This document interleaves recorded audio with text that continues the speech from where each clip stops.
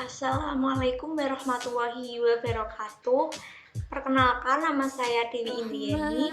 Di sini saya akan memaparkan video materi akidah akhlak yang bertema memegang teguh kebenaran Al-Quran, iman kepada kitab-kitab Allah Subhanahu wa Ta'ala. Ini materi pendidikan agama Islam SMK kelas 11 bab 6. Untuk yang pertama, kita harus mengetahui apa itu yang dimaksud dengan kitab. Arti kata kitab adalah tulisan atau yang ditulis, berasal dari kata-kata b yang berarti menulis. Dalam bahasa Indonesia, kitab diartikan buku. Kitab adalah wahyu Allah Subhanahu wa Ta'ala yang dibukukan. Adapun pengertian kitab Allah adalah kalam atau firman Allah Subhanahu wa Ta'ala yang diwahyukan melalui malaikat Jibril kepada nabi dan rasul yang mengandung perintah dan larangan sebagai pedoman hidup bagi umat manusia. Yang kedua, apa itu yang dimaksud dengan iman pada kitab? Iman kepada kitab adalah meyakini dengan sepenuh hati bahwa Allah Subhanahu wa Ta'ala telah menurunkan kitab-kitabnya kepada umatnya sebagai pedoman hidup, petunjuk bagi umat manusia agar dapat meraih kebahagiaan di dunia dan di akhirat.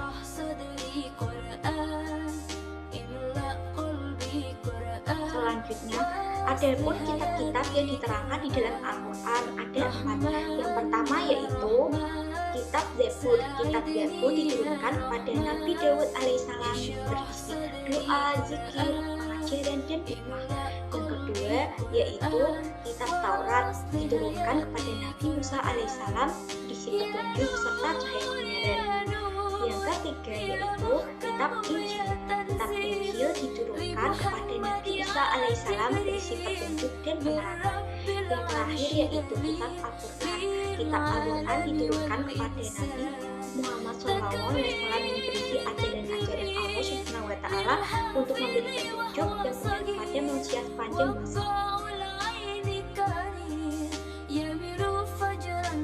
Sebelum kita masuk pada pembahasan beriman kepada Al-Quran, alangkah baiknya kita ketahui apa itu pengertian dari Al-Quran.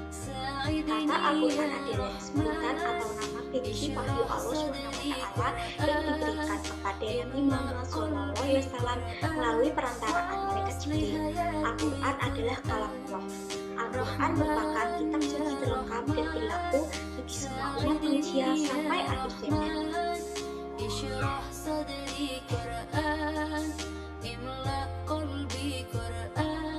Selain itu, Al-Quran diturunkan secara bertahap, yaitu selama kurang lebih 23 tahun, tepatnya 22 tahun, 2 bulan, dan 22 hari. Wahyu pertamanya diturunkan adalah surat Al-Alaq ayat 1-5, yaitu saat Nabi Muhammad SAW di Gua Hiro pada tanggal 17 Ramadan. Wahyu terakhir turun adalah surat Al-Maidah ayat 3. Ayat tersebut turun pada tanggal 9 Dzulhijjah tahun 10 Hijriah di Padang Arafah. Kemudian Al-Quran itu terdiri atas 30 juz, 114 surat, 6.236 ayat, 74.437 kalimat, dan 325.345 huruf. Adapun dalil beriman kepada kitab Al-Quran. A'udzubillahi minasyaitonirrajim. Bismillahirrahmanirrahim.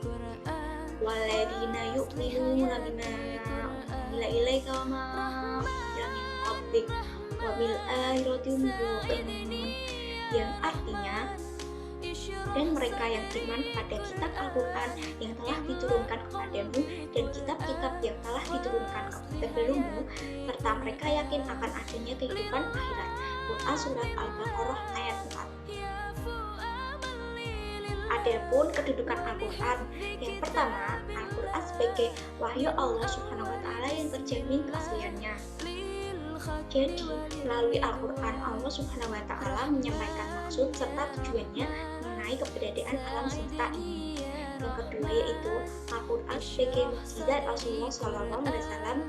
Yang ketiga, Al-Quran sebagai pedoman hidup.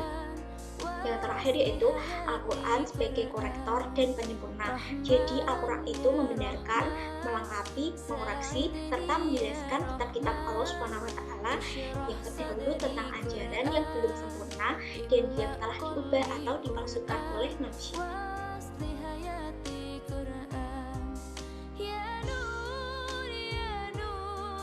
Kemudian fadilah atau keutamaan Al-Quran.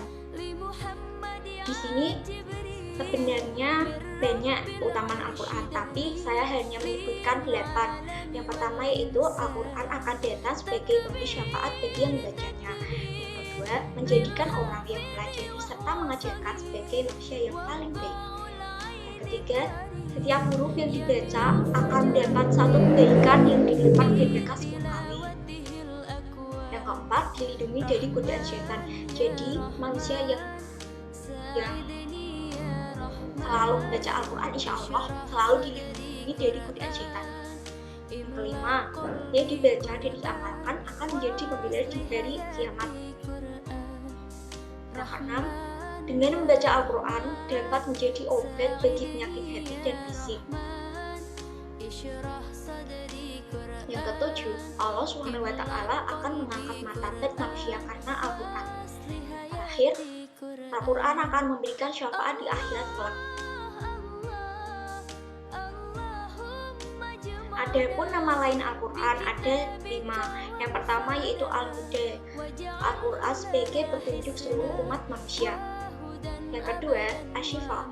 Al-Quran sebagai penawar atau obat penenang hati. Yang ketiga, Alkitab. Al-Quran adalah firman Allah SWT yang dibukukan. Yang keempat, Al-Furqan. Al-Quran sebagai pembeda antara yang baik dan buruk. Yang terakhir, Al-Zikr. Al-Quran sebagai peringatan adanya ancaman dan balasan. Kemudian isi dan kandungan Al-Quran. Al-Quran itu diturunkan sebagai pedoman hidup bagi mereka yang ingin mencapai kehidupan bahagia di dunia dan di akhirat. Secara garis besar, isi Al-Quran mencakup akidah atau keimanan, ibadah, akhlak, muamalah, syariah, tarikh, tadhiyah, dan dasar-dasar atau pengembangan ilmu pengetahuan.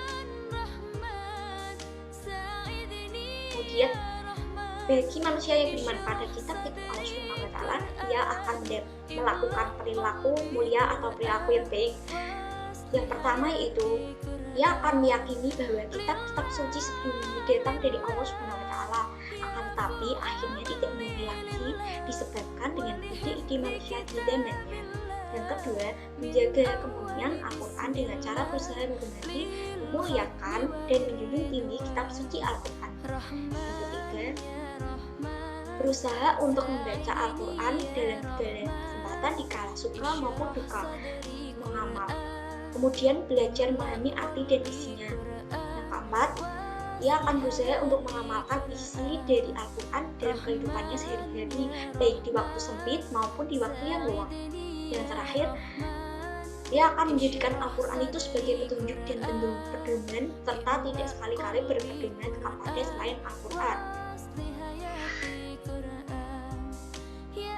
Sekian materi yang dapat saya sampaikan. Kurang lebihnya saya mohon maaf. Terima kasih atas perhatiannya. Wassalamualaikum warahmatullahi wabarakatuh.